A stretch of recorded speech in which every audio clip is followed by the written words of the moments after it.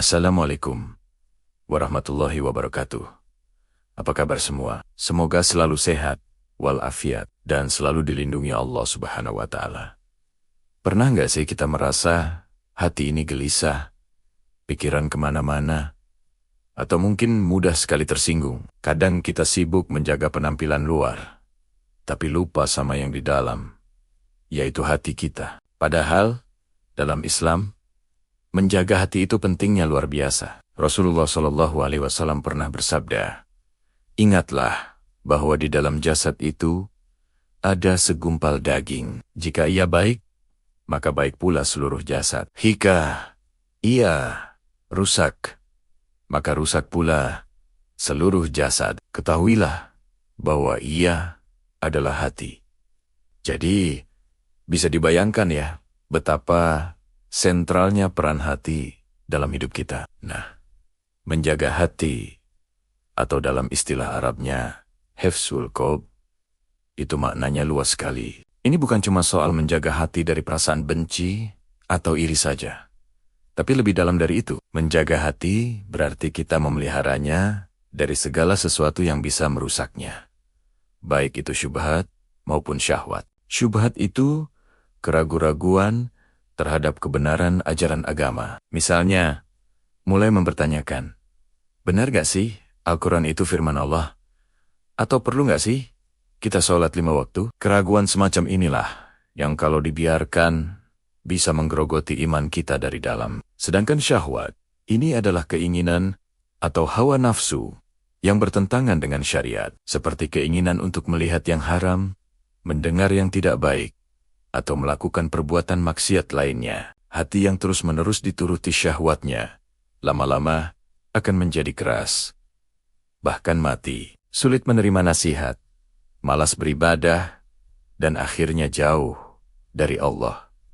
Nauzubillah min zalik. Jadi, menjaga hati itu artinya kita membentengi istana iman kita dari serangan syubhat dan syahwat ini. Terus, gimana caranya menjaga hati kita? Al-Quran sudah kasih kita petunjuknya. Salah satu yang paling utama adalah dengan banyak berzikir. Mengingat Allah. Dalam surat Ar-Ra'd ayat 28, Allah berfirman, "Ingatlah, hanya dengan mengingati, Allah lah hati menjadi tentram." Di zikir itu ibarat air yang menyirami taman hati kita. Semakin sering kita berzikir, entah dengan lisan, hati, atau perbuatan, hati kita akan semakin tenang, lembut, dan terhubung dengan Sang Pencipta. Selain zikir, cara lain yang sangat ampuh adalah dengan rutin membaca dan mentadaburi Al-Quran. Al-Quran itu adalah syifa, atau penyembuh. Penyembuh bagi penyakit-penyakit fisik.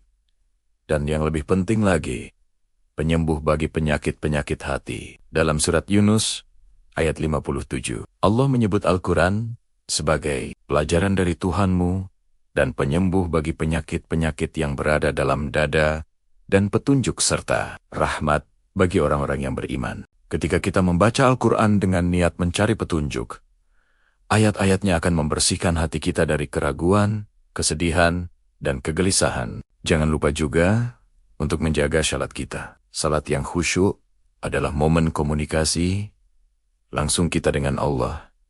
Ia adalah tiang agama dan pencegah dari perbuatan keji dan munkar. Dengan salat yang benar, kita seolah-olah sedang mencuci hati kita 5 kali sehari, membersihkannya dari kotoran-kotoran dunia yang mungkin menempel tanpa kita sadari. Terakhir, mari kita selektif dalam memilih teman dan lingkungan. Lingkungan yang baik akan membawa kita pada kebaikan. Begitu pula sebaliknya, bergaul dengan orang-orang saleh, mendatangi majelis ilmu. Itu semua akan membantu kita menjaga semangat dan kesehatan hati kita. Ibarat mengisi daya ponsel, iman dan hati kita juga butuh di-charge secara rutin di lingkungan yang positif. Hadis sahabat, menjaga hati adalah perjuangan seumur hidup. Ini adalah kunci kebahagiaan sejati di dunia dan di akhirat. Yuk, kita mulai lebih peduli dengan kesehatan hati kita. Mulailah dengan memperbanyak di zikir, lebih akrab dengan Al-Quran, perbaiki kualitas sholat, dan kelilingi diri kita dengan kebaikan. Semoga Allah senantiasa menjaga hati kita di atas jalannya yang lurus. Amin ya rabbal alamin. Terima kasih sudah menyimak, semoga bermanfaat. Jangan lupa like, komen, dan bagikan video ini kepada teman-teman atau keluarga. Sampai jumpa di video selanjutnya. Semoga bermanfaat. Wassalamualaikum warahmatullahi wabarakatuh.